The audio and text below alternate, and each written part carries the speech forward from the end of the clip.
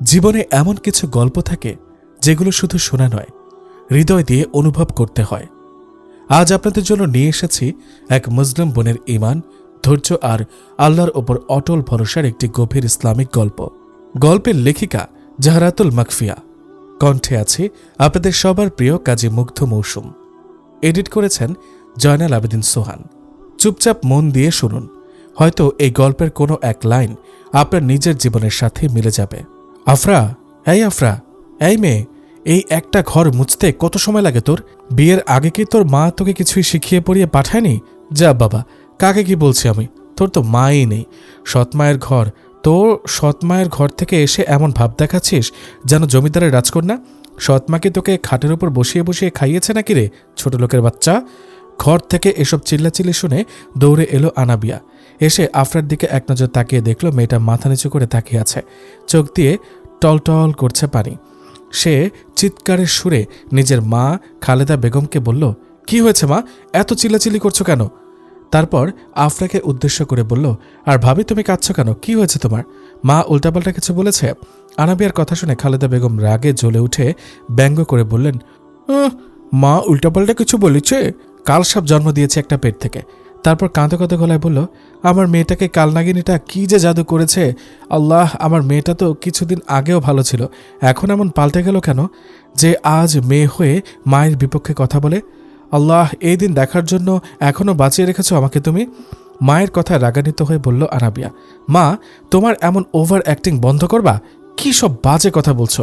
ভাবি আমাকে জাদু করবে কেন? জাদু তো তুমি সবাইকে করে রেখেছ, নয়তো এমন অবিচার দেখেও মানুষ কিভাবে চুপ থাকতে পারে?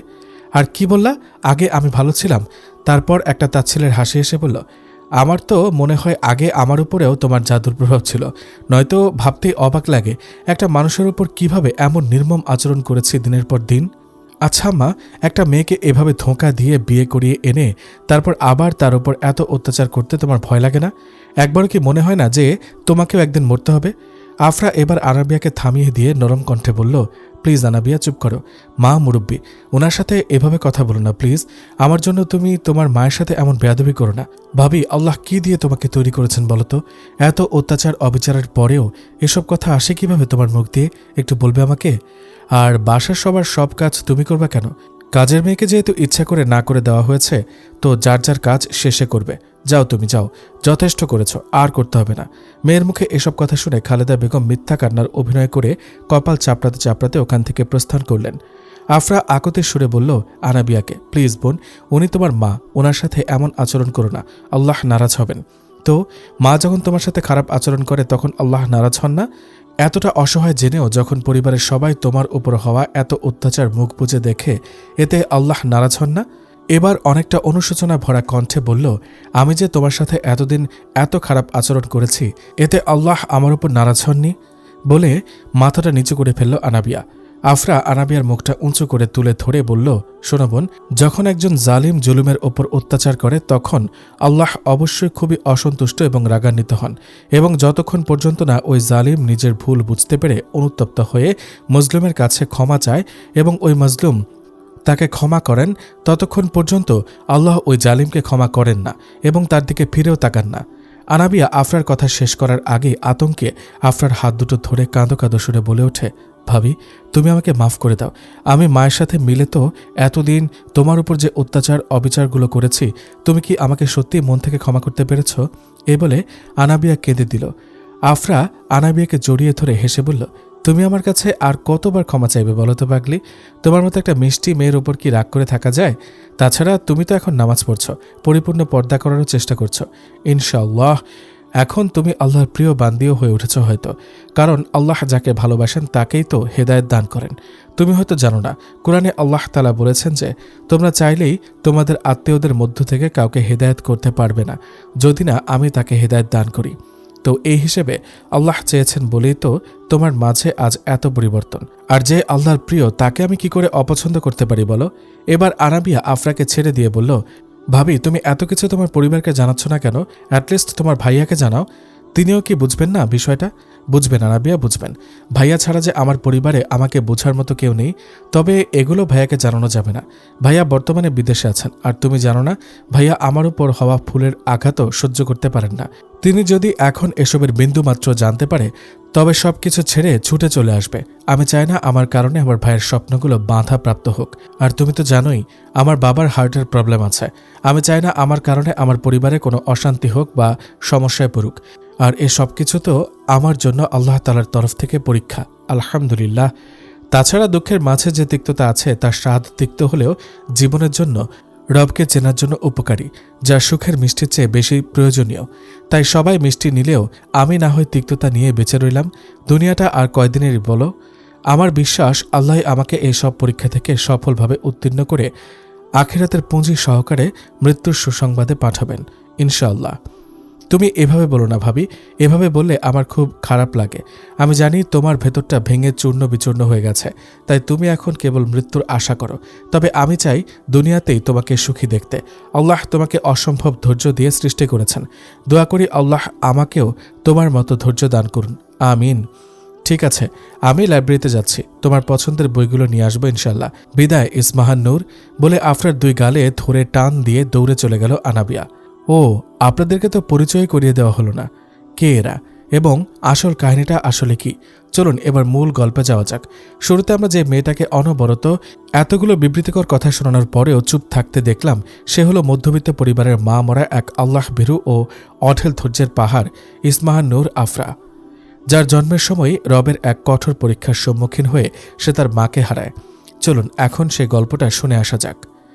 প্রায় 17-18 বছর আগের কথা। অন্ধকার ঘুটঘুটে অমাবস্যার রাত, বাইরে আবার তুমুল ঝড় বৃষ্টি।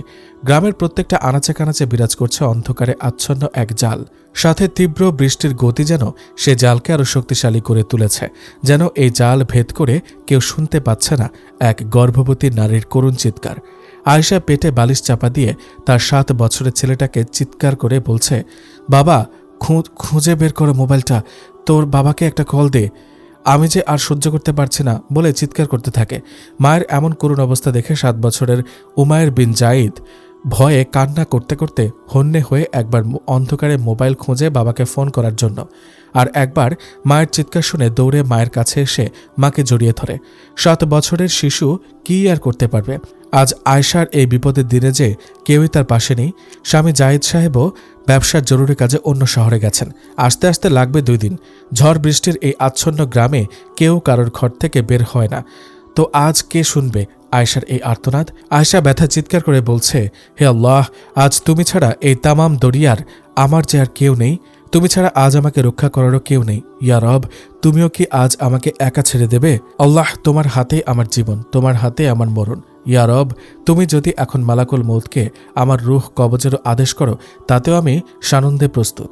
আল্লাহ, আমার সন্তান সন্ততি নিয়েও আমার কোনো চিন্তা নেই, কারণ রিজিকের মালিক তুমি। ইয়া রাজ্জাক, আমি শুধু দোয়া করব যে আমার সন্তানটাকে তুমি তোমার পছন্দের বান্দা রসুল সাল্লাল্লাহু আলাইহি ওয়াসাল্লামের প্রিয় সাহাবী জায়েদ বিন উমাইর রাদিয়াল্লাহু তাআলা আনহু এর মতো কবুল করো। ইয়া রব, আমার বাবার দেওয়া নামটি যেন আমার সন্তানের ওপর উত্তম প্রভাব ফেলে আল্লাহ।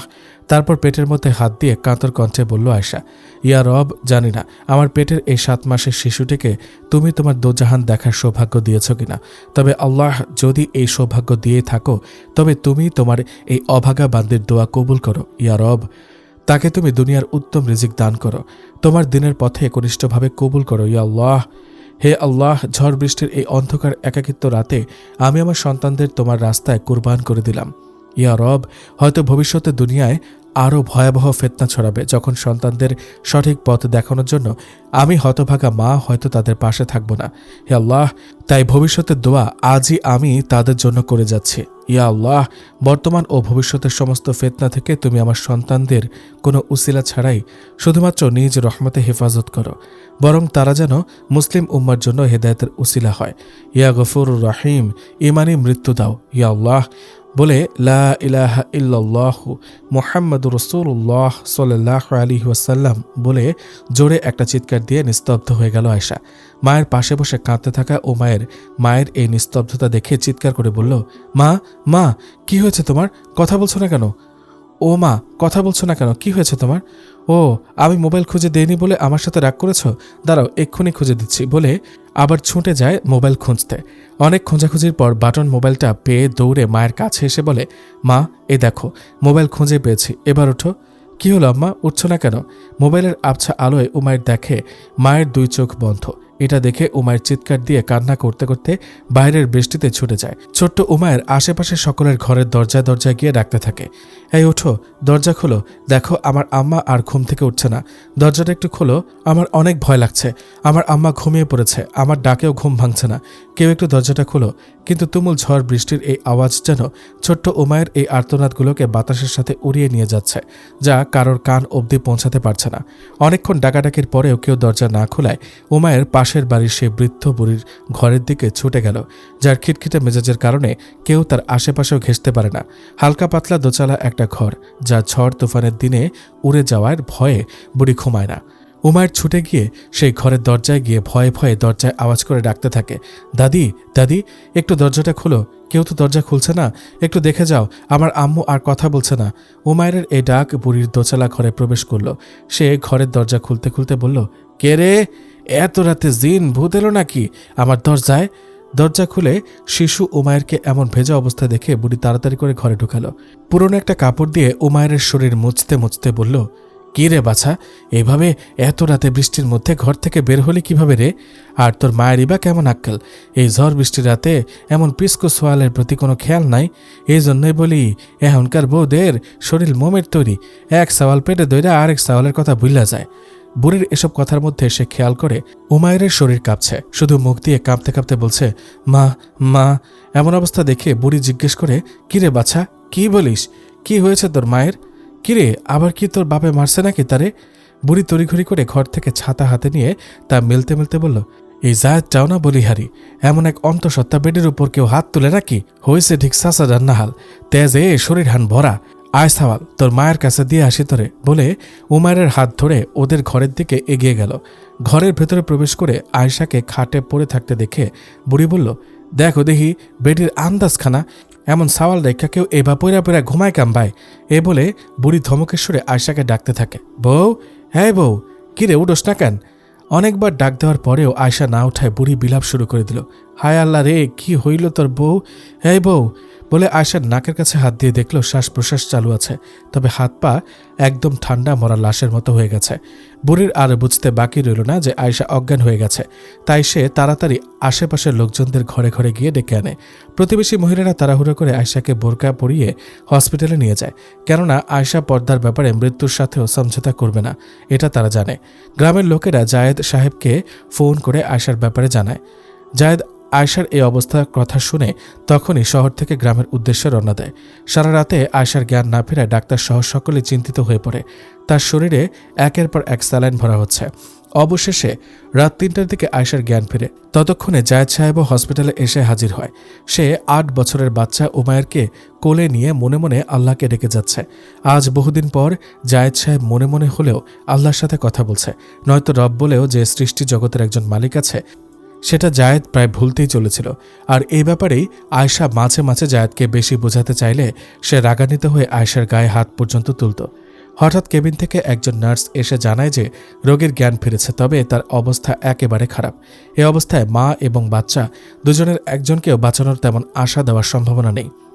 তাই ডাক্তার একটা কনসেন্ট ফর্ম, সম্মতিপত্র এনে দিল জায়েদ সাহেবের হাতে, বলল, এটাতে একটা সই করে দিন, আপনার স্ত্রীর ইমিডিয়েটলি সিজার করা লাগবে, ওনার জ্ঞান ফিরেছে, তবে ওনার পেটের বাচ্চার বয়স মাত্র 7 মাস, এই সময় নর্মাল ডেলিভারি অসম্ভব, আর রোগীর অবস্থাও শোচনীয়। পেপারটা হাতে নিয়ে জায়েদ সাহেব কাঁপছেন, ওনার চোখ দিয়ে অনর্গল পানি পড়ে যাচ্ছে। তবে কি আয়েশার সাথে তার সংসার জার্নি এখানেই শেষ? এই মুহূর্তে বারবার আয়েশার সাথে তার জীবনের সুন্দর মুহূর্তগুলো ভেসে উঠছে তার চোখে, এবং তার সাথে করা দুর্ব্যবহারগুলোর কথাও। সে সই করতে পারছে না, তার হাত কাঁপছে। পাশ থেকে গ্রাম থেকে আসা দুইজন মহিলা জিজ্ঞেস করল, কি হয়েছে ভাইজান? নার্স ডায়ে আমনেরে কি কয়ে গেল? ভাবির কি জ্ঞান ফিরছে? জায়েদ চোখ মুছতে মুছতে বলল, হ্যাঁ জ্ঞান ফিরেছে, তবে তোমাদের ভাবির অবস্থা বেশি ভালো না, ডাক্তার বলেছে সিজার করানো লাগবে। তাইলে তো রোগীর অবস্থা অনেক খারাপ, আল্লাহ জান এমন ফুলের বাগান মানুষটারে হেফাজত করেন। শুনে কেমন অবাক লাগছে না? যে জায়গায় আমরা সাধারণ মানুষেরা এখন শখের বসে সিজার করাই, ডাক্তারের দেওয়া ডেট আসার আগে আলট্রা সিরিয়াস হয়ে দ্রুত ক্লিনিকে গিয়ে সিজার করিয়ে বাচ্চা নিয়ে আসি, সেই জায়গায় এমন একটা ক্রিটিক্যাল সিচুয়েশনেও তারা কিভাবে সিজার শব্দটা শুনে বিস্মিত হচ্ছে। অবাক লাগারই বিষয়। আমরা কি অবাক হব? তারা যদি বর্তমানে আমাদের দেখত তবে আরও বেশি অবাক হতো, কারণ তখনকার সময়ের মানুষের মন মানসিকতা আমাদের মতো এত হাই লেভেলের ছিল না। তারা আমাদের মতো এত আলট্রা মডার্নও ছিল না যে কোনোটাতে নিজের ভালো এবং কোনটাতে নিজের খারাপ সেটাই ভুলে যাবে। তারা সিজার করানোকে নিজের শরীরের একটা অঙ্গ কেটে ফেলে দেওয়ার সমতুল্য মনে করত। বাই চান্স এমন কিছু হলে তারা নিজেদের পঙ্গু মনে করত। যে জায়গায় আমাদের বর্তমান সমাজ এখন এই পঙ্গুত্বকে স্মার্টনেস মনে করে। আসলেই সত্যি আমরা অনেক স্মার্ট। আমাদের বর্তমান ডিজিটাল টেকনোলজি এবং সায়েন্সের ভাষায় তাদের ব্যাকডেটেড বলা যায়, তাই না? হ্যাঁ, আপনাকেই প্রশ্ন করছে। তবে আমাদের জীবনে সুষ্ঠু ও সঠিকভাবে চলার জন্য যা কিছু প্রয়োজন ইসলামের সে সব কিছুই সহজ করেছে, আলহামদুলিল্লাহ। বাস্তবে সত্যি যদি তেমন সিরিয়াস অবস্থা হয় তবে ইসলাম সিজারেরও হুকুম দিয়েছে। ইসলাম শান্তি, তাকে সহজ করলে জীবন সুন্দর। সিজারের জন্য ডাক্তাররা প্রস্তুতি নিচ্ছেন, আর যেহেতু রোগীর অবস্থা শোচনীয় তাই রোগীর কাছের দুজন মানুষকে রোগীর সাথে দেখা করার অনুমতি দেওয়া হয়েছে। অনুমতি পেয়ে জায়েদ সাহেব উমায়েরকে নিয়ে কেবিনে প্রবেশ করলেন। উনি উমায়েরকে কোলে তুলে নিয়ে আয়েশার পাশে বসলেন। জায়েদ এবং উমায়েরকে দেখে আয়েশার চোখ দিয়ে গড় গড় করে পানি ঝরে পড়ল। তিনি আস্তে আস্তে হাত বাড়িয়ে জায়েদের হাতটা ধরতে চাইলেন। জায়েদ সাহেব নিজের হাত দিয়ে আয়েশার হাতটা শক্ত করে ধরলেন এবং নিজেও কেঁদে দিলেন।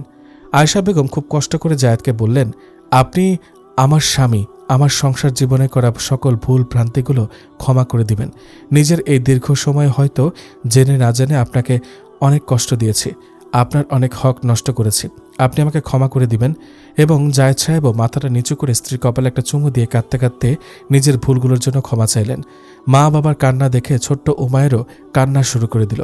সে মাকে জড়িয়ে ধরে বলল, মা চলো বাসায় চলে যাই, তুমি এভাবে শুয়ে থাকলে আমার ভয় লাগে, যদি তুমি আবার আমাকে রেখে ঘুমিয়ে পড়ো।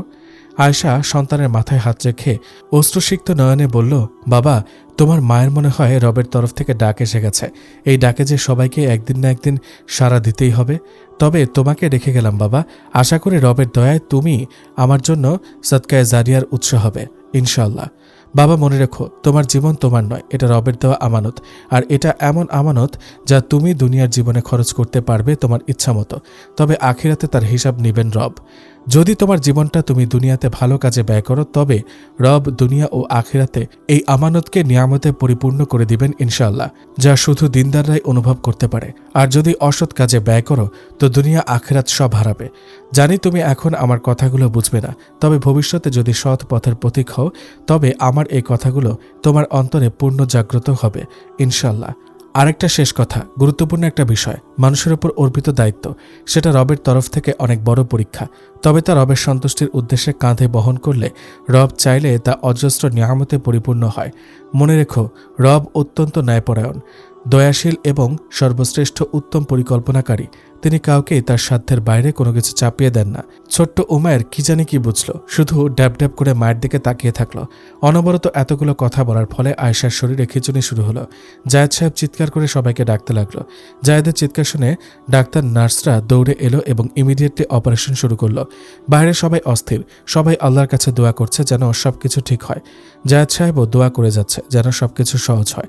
সবার অন্তরাত্মা যেন ছটফট করছে, আল্লাহ জানে কখন কোন খবর আসে। অবশেষে খবর এলো ঠিক ফজরের আজানের সময়। দুইটা নার্স ধীরস্থির পায়ে এসে বলল, বাচ্চাকে বাঁচানো গেছে, একটা ফুটফুটে চাঁদের মতো কন্যা সন্তান হয়েছে। কথাটা শুনে যেন জায়েদের মনটা খুশি হয়ে গেল, এই ভেবে যে সবকিছু ঠিক আছে। তাই সে অতি আগ্রহী হয়ে নার্সদের উদ্দেশ্যে বলল, যাই হোক আমার স্ত্রী ঠিক আছে, এতে আলহামদুলিল্লাহ। জায়েদ সাহেবের মুখে এমন কথা শুনে নার্স দুজনও অশ্রুসিক্ত হয়ে বলল, দুঃখিত, আপনার স্ত্রী বাচ্চা প্রসবের সময় মারা গেছেন। কথাটা শুনে জায়েদ যেন নিজের জায়গাতে জমে গেল। তার মুখ দিয়ে যেন টু শব্দটিও আর বের হচ্ছে না। জীবনের পথ চলার সাথী যে আর নেই দুনিয়ায়। আজ থেকে যে আর কেউ মসজিদের মাইকে আজান দিলেই দুই পায়ে জড়িয়ে ধরে বলবে না, উমায়ের আব্বা দয়া করে নামাজটা পড়ে আসেন। তখন নার্সের ডাকে জায়েদের ঘোর ভাঙল। নার্সটি চোখ মুছতে মুছতে বলল, জানি না আজকার অপারেশন আমাদের এই হসপিটালে হয়েছে, তবে বিশ্বাস করেন এমন মানুষ আমি এর আগে কোনোদিন দেখিনি। যখন আপনার স্ত্রীর বাচ্চা প্রসব হলো ঠিক তখনই ফজরের আজান হচ্ছিল। তখন তিনি শুধু বারবার বলছিলেন, আমাকে কেউ অজু করিয়ে দাও, আমি ফজরের নামাজ আদায় করব। আর এই কথা বলতে বলতে তিনি মারা গেলেন। আয়েশার মৃত্যুতে সবার মাঝে হাহাকার শুরু হয়ে গেল। জায়েদ সাহেব গ্রামের লোকজনদের সাহায্য নিয়ে আয়েশার লাশ বাড়িতে নিয়ে এলেন। জায়েদ সাহেব স্ত্রীর শেষ ইচ্ছা পূরণ করলেন। গ্রামের কিছু পরিচিত আত্মীয় মহিলাদের ছাড়া আর কাউকেই আয়েশার মুখ দেখতে দিলেন না এবং পূর্ণ সম্মানের সহিত স্ত্রীর জানাজার কাজ শেষ করলেন। আয়েশার মৃত্যুর সংবাদ পেয়ে এবং সদ্য ভূমিষ্ঠ মা হারা নবজাতক শিশুকে দেখতে আশেপাশের সবাই এলো। আজ এই ছোট্ট দুইটি মাছাড়া ফুলকে দেখে সবার চোখের পানি ছড়ালো। জায়েদ সাহেব এমন অনাকাঙ্ক্ষিত সময় স্ত্রীকে হারিয়ে প্রায় মানসিক ভারসাম্যহীন হয়ে পড়েছেন। ওনার এমন অসহনীয় অবস্থা দেখে গ্রামের অনেকেই ওনার ছোট ছোট বাচ্চাদের দায়িত্ব নিতে চাইল, তবে জায়েদ সাহেব তাদের কাছে সন্তানদের দিতে রাজি নন। এমন অবস্থায় গ্রামের মসজিদের ইমাম আব্দুল কুদ্দুস সাহেব জায়েদের নিকট জোর আবেদন জানালেন শিশু বাচ্চা দুটির দায়িত্ব নেওয়ার এবং তাকে বোঝালেন যে এত ছোট ছোট বাচ্চাদের মায়ের সান্নিধ্য প্রয়োজন। তাছাড়া এমন সদ্য নবজাতক শিশুকে তো কোনোভাবেই মায়ের বুকের দুধ ছাড়া বাঁচানো যাবে না। ইমাম সাহেবের কথায় গ্রামের লোকেরা সায় দিলেন এবং জায়েদ সাহেবকেও তা বুঝালেন। অনেক বুঝানোর পর জায়েদ সাহেব রাজি হলেন। ইমাম সাহেব ছোট্ট ফুটফুটে চাঁদটিকে কোলে তুলে নিলেন। কপালে আলতো করে একটা চুমু এঁকে দিয়ে বললেন, জায়েদ সাহেব, আপনি কোনো চিন্তা করবেন না। আপনার এই চাঁদের মতো ফুল আমাদের কাছে সবসময় আদরে যত্নে ভালোবাসার রাজকুমারী হয়ে থাকবে ইনশাআল্লাহ। আমি ওর নাম দিলাম ইসমাহা নূর আফরা, যার অর্থ পবিত্র ও সম্মানিত রাজকুমারী, যিনি আলো ও আনন্দে পরিপূর্ণ। আর উমায়েরও আজ থেকে আমাদের মসজিদে আমার তত্ত্বাবধানে আমার সাথেই থাকবে ইনশাআল্লাহ। এতে ও ছোট থেকে আল্লাহ ভীরু জ্ঞানী মানুষ হয়ে বেড়ে উঠবে। আপনি চাইলে যে কোনো সময় আপনার বাচ্চাদের সাথে দেখা করতে পারেন এবং ওরা বড় হওয়ার পর যদি কখনো মনে হয় ওদের আপনি নিয়ে আসবেন, তো সানন্দে আপনি ওদের নিয়ে আসতে পারবেন। আপাতত ওরা আমার বাসায় আমার স্ত্রীর সাথে থাকবে। এ বলে ইমাম সাহেব উমায়ের এবং আফরাকে নিয়ে গেলেন। ইমাম সাহেবের ছোট মেয়ে জাইফার সাথেই একই মায়ের দুধ পান করে বেড়ে উঠল আফরা। আর উমায়ের বেড়ে উঠল ইমাম সাহেবের সান্নিধ্যে মসজিদে থেকে। সে রোজ ইমাম সাহেবের সাথে মসজিদে দেখাশোনা করত, মসজিদ পরিষ্কার করত, মসজিদে আসা মুসল্লিদের সাহায্য সহযোগিতা করত, সাথে প্রতিদিন ইমাম সাহেবের কাছে কোরআন তেলাওয়াত করা শিখত। এর মধ্যে জায়েদ সাহেবও দ্বিতীয় আরেকটা বিয়ে করেন এবং ব্যবসার কাজে ব্যস্ত হয়ে পড়েন। তবে ব্যস্ততার মাঝেও প্রায় তিনি সময় করে ছেলেমেয়েদের সাথে দেখা করতে আসতেন এবং যথাসম্ভব ছেলেমেয়েদের খরচ মোটামুটি বহন করার চেষ্টা করেন। এভাবে কেটে যাচ্ছিল সময়। আফরা, উমায়ের ও ইমাম সাহেবের দুই সন্তান জাইফ, জাইফা, ওরা একজন যেন অন্যজনের প্রাণ। একজন অন্যজনকে না দেখে যেন থাকতেই পারে না। চারজনের এমন ভালোবাসা দেখে ইমাম আব্দুল কুদ্দুস সাহেব এবং তার স্ত্রী যেন অবাক হন। তারাও আফরা এবং উমায়েরকে নিজের পেটের দুই সন্তান জাইফ ও জাইফার মতোই আদর যত্ন করে, বরং তাদের থেকেও বেশি ভালোবাসা দিয়ে মানুষ করেছে। জাইফ, জাইফাও যেন আফরা, উমায়ের বলতে পাগল। তবে দিন গড়িয়ে উমায়ের এখন মোটামুটি বড় হয়েছে। এখন উমায়ের সামনে হালিমা বেগমের পর্দা ফরজ হয়ে যাচ্ছে। এটা বুঝতে পেরে উমায়েরও তাদের বাসায় যাওয়া কমিয়ে দিয়েছে। তবে এই দূরত্বের বিষয়গুলো হালিমা বেগম এবং জাইফাকে খুবই কষ্ট দেয়। তিনি যে ছোট থেকে কুলে পিঠে করে মানুষ করেছেন ছেলেটাকে, তাই এগুলো সহজে মেনে নেওয়া তার পক্ষে কষ্টকর। তবে কষ্ট হলেই বা কী করার, ইসলামী বিধান যে সবার জন্য বাধ্যতামূলক এবং উত্তম তা আমরা বুঝতে পারি আর না পারি। এখানে থেকে বড় হলেও আফরা উমায়ের নিজ বাড়িতে গিয়ে মাঝে মাঝে তাদের সৎ মায়ের সাথে দেখা করে ঘুরে আসে। দু একদিনের জন্য বেড়াতে গেলে সৎমা রহিমা বেগমও তাদের বেশ আদর আহ্লাদ দেখায়। রহিমা বেগমের আগে আরেকটা বিয়ে হয়েছিল। সেই ঘরের দুই সন্তান সহ তার জায়েদ সাহেবের কাছে বিয়ে হয়। যদিও বিয়ের সময় শর্ত ছিল সন্তানরা তার সাথে থাকবে না, তবে পরবর্তীতে রহিমা জায়েদ সাহেবকে বুঝিয়ে বুঝিয়ে সন্তানদের নিজের কাছে রাখতে চাইলে প্রথমত জায়েদ সাহেব আপত্তি জানালে সে বিভিন্ন ঝগড়াঝাঁটি এবং ঝামেলা সৃষ্টি করে সন্তানদের নিজের সাথে এনে রাখে। এভাবেই দিন পার হতে থাকে। রহিমার আগের ছেলে মেয়ে রিদি, জিসানের ব্যবহার তেমন সুবিধার নয়। ওরা কেমন যেন স্বার্থবাদী স্বভাবের, আর রহিমারও কেমন জানি শুধু নিজ সন্তানদের ভবিষ্যতের চিন্তা। বিষয়টি জায়েদ সাহেব লক্ষ্য করেন। এর সাথে সাথে আরও একটি বিষয় অনুধাবন করেন যে অন্যের সন্তান ঘরে এনে মানুষ করছেন, অথচ আজ তার নিজের সন্তানদেরই অন্যের জিম্মাদারিতে রেখেছেন শুধুমাত্র নিজের সুবিধার স্বার্থে। বিষয়টি ভেবে জায়েদ সাহেবের পিতৃহৃদয়ে নাড়া দিয়ে ওঠে। তিনি নিজেই নিজেকে প্রশ্ন করেন, তবে এত কষ্ট তুমি কার জন্য করছো জায়েদ? শুধুই কি স্ত্রী রহিমা বেগম ও তার সন্তানদের জন্য? তোমার নিজের সন্তানদের কি তোমার উপর কোনোই হক নেই? শুধুমাত্র মা নেই বলে কি তাদের উপর এত অবহেলা? তাই তিনি বলে ওঠেন, না না, তাদেরও হক রয়েছে আমার সবকিছুর উপর, বরং আমার সবকিছু তো তাদেরই। আমি কালই গিয়ে নিয়ে আসবো আমার ছেলে মেয়েকে তাদের নিজের বাড়িতে। পরের দিনই জায়েদ সাহেব নিজের এই সিদ্ধান্ত রহিমাকে জানান। শুরুতে রহিমা এই ব্যাপারে তার দ্বিমত দেখানোর সাহস করে না, তবে বিষয়টা তার চিন্তার কারণ হয়ে ওঠে। মনে মনে তিনি আফরা উমায়েরকে নিজ সন্তানদের বিলাসবহুল জীবনের পথে প্রতিদ্বন্দ্বী মনে করেন, যে বিষয়টা তিনি জায়েদ সাহেবকেও বুঝতে দেন না। অবশ্য তার ভাবনার মাঝে যথেষ্ট কারণ আছে। জিসান রিদি তার নিজের সন্তান হলেও তাদের সাথে জায়েদ সাহেবের তো কোনো সম্পর্ক নেই। অবশ্যই তিনি আফরা উমায়েরকে যে কোনো বিষয়ে বেশি সুবিধা দিবেন, যা রহিমা বেগমের দৃষ্টিতে জিসান রিদির সুবিধা বঞ্চিত হওয়ার কারণ। নিজের কথা অনুযায়ী জায়েদ সাহেব পরদিনই আফরা উমায়েরকে নিজের বাড়িতে ফিরিয়ে নেওয়ার জোর আবদার নিয়ে ইমাম আব্দুল কুদ্দুস সাহেবের কাছে হাজির হন। শুরুতে ইমাম সাহেব এবং তার স্ত্রী হালিমা খাতুন অমত জানালেও পরবর্তীতে জায়েদ সাহেবের পীড়াপিড়িতে রাজি হতে হয়। আফরা উমায়েরেরও শুরুতে খারাপ লাগলেও একদিন না একদিন নিজ বাড়িতে ফিরতেই হবে, এই তাগিদে বাবার সাথে ফিরতে রাজি হয়। তাছাড়াও উমায়েরও এখন যথেষ্ট বড় হয়েছে, তার সামনে এখন হালিমা খাতুন ও জাইফার পর্দা ফরজ হয়েছে, এটা সে বুঝতে পারে। তাই সে নিজেও চাচ্ছিল স্থায়ীভাবে নিজ বাড়িতে ফিরে যেতে।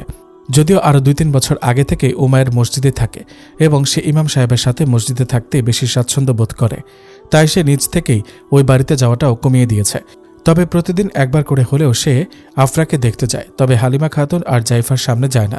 মাঝে মাঝে দূর থেকে টুকটাক কথা বলে মায়ের সমতুল্য হালিমা খাতুনের সাথে। তবে ছোটবেলা থেকে ছোট বোনের দৃষ্টিতে দেখা জাইফা বড় হওয়ার সাথে সাথে ইহকালের জন্য তার নন মাহরাম হওয়ায় তার সাথে আর কোনো দেখা সাক্ষাৎ বা কথাবার্তা বলারও কোনো সোর্স নেই, যা তাদের দুজনের জন্যই হারাম। দুধমা বাবা হওয়ায় এই পরিবারের সবার সাথে আফরার হালাল সম্পর্ক হলেও তাদের কেউ কেউ উমায়ের জন্য হারাম। তবে এভাবে আর কতদিন চলবে? উমায়ের মাঝে নিজ মায়ের একটা বৈশিষ্ট্য লক্ষ্য করা যায় বুঝমান হওয়ার পর থেকেই। সেও মায়ের মতো ইসলামের বিধানগুলো মানাতে বিন্দুমাত্র অবহেলা সহ্য করে না। তাই এখন উমায়ের নিজ বাড়িতে ফেরাকে বেশি উত্তম মনে করল। তবে আফরার হালিমা খাতুনকে ছেড়ে আসতে খুবই কষ্ট হলো। তবে কি আর করার, বাস্তবতা যে মেনে নিতেই হবে।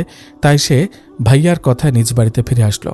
ইমাম সাহেব এবং হালিমা খাতুন তাদের বিদায় দেওয়ার সময় খুবই ব্যথিত হলেন। তারা জায়েদ সাহেবকে জানিয়ে দিলেন তাদের যখন ইচ্ছে করবে আফরাকে তাদের কাছে নিয়ে আসবে, এতে যেন কোনো বাধা না পায়।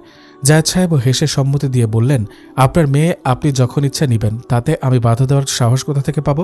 আফরা উমায়ের বাবার সাথে ফিরে আসলো নিজেদের বাড়িতে। আফরা হাসি খুশি, প্রফুল্ল, মিশুক ও মোটামুটি প্রাণচঞ্চল স্বভাবের মেয়ে। তবে চাঞ্চল্য ভাবটা তার সব জায়গায় প্রকাশ পায় না। পরিবেশ প্রেক্ষিতে সে আবার শান্তশিষ্ট, নম্র, ভদ্র স্বভাবের, ঠিক যেন দ্বিতীয় আয়েশা। জায়েদ সাহেব তো প্রায়ই মেয়ের দিকে আনমনে তাকিয়ে থাকেন, কিভাবে একটা সেম কার্বন কপি জন্ম নিতে পারে মায়ের পেট থেকে। দেখতে যেমন মিল, আচরণেও যেন তার প্রতিচ্ছবি। সেই মায়ের মতো দুধে আলতা গায়ের রং, মায়া ভরা চোখ, চেহারার গঠন এত নিখুঁত, যেন রবের এক অপরূপ সৃষ্টি।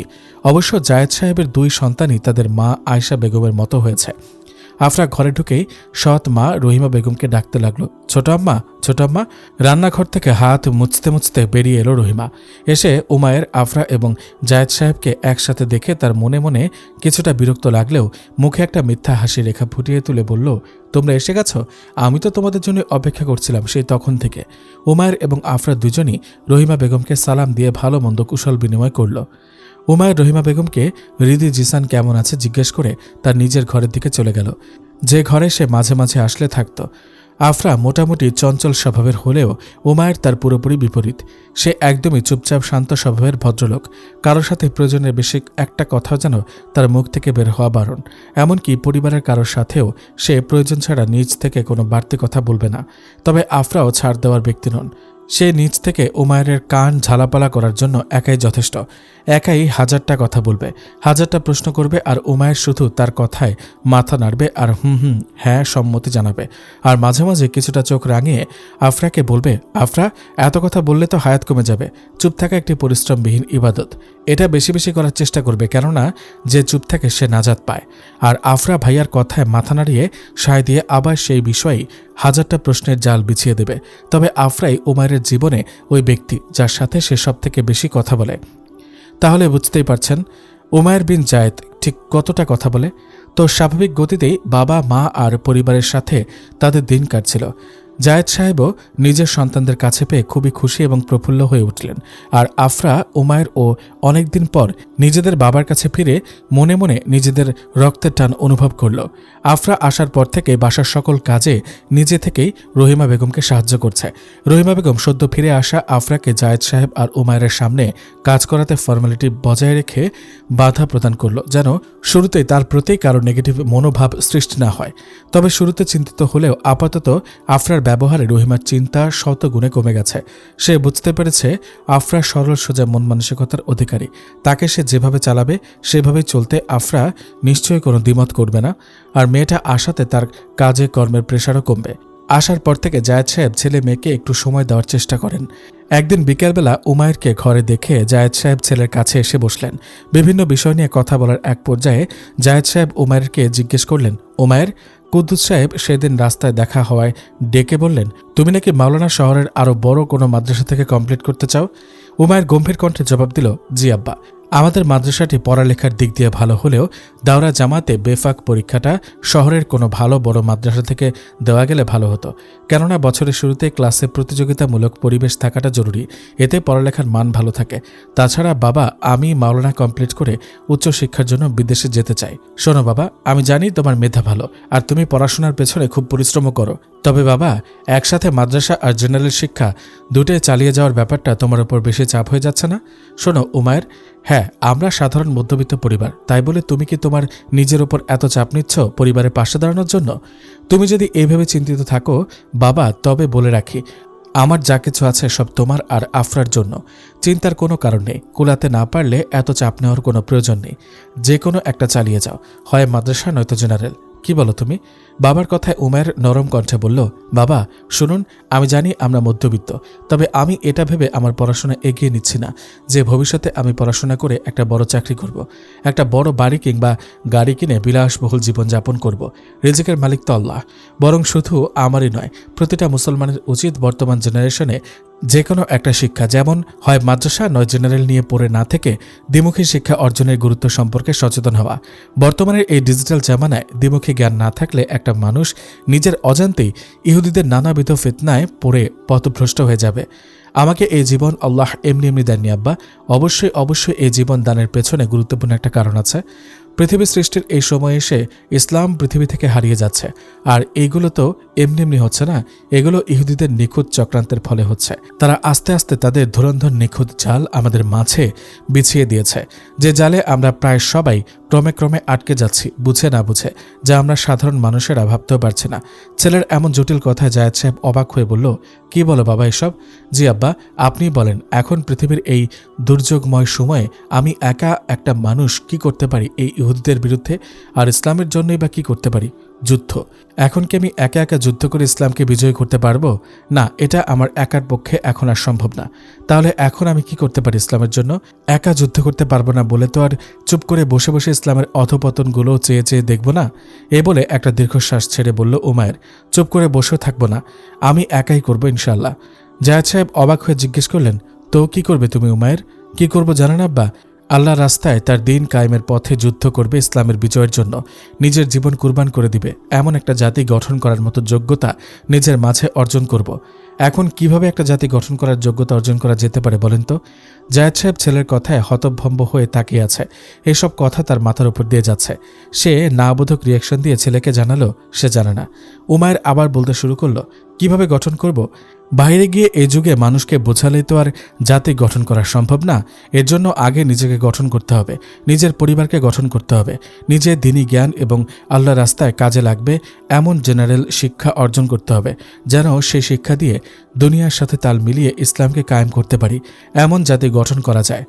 আমি জানি আব্বা, আমার একার পক্ষে সবকিছু সম্ভব নয়, তবে আমি আমার সাধ্যমতো ইসলামের পথে চেষ্টা চালিয়ে যাব ইনশাল্লাহ। আমি হতাশাবাদীদের অন্তর্ভুক্ত নই। আমার বিশ্বাস এই উম্মাহ একদিন ইসলামের বিজয় সুনিশ্চিত করবে ইনশাল্লাহ।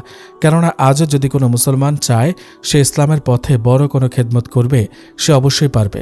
আমাদের নবী সাল্লাল্লাহু আলাইহি ওয়াসাল্লাম মাত্র 23 বছরের মধ্যে যদি আইয়ামে জাহিলিয়াতকে পরিবর্তন করতে পারেন, তাহলে আজকে উম্মার একত্রিত চেষ্টায় সম্ভব ইসলামকে বিজয় করা।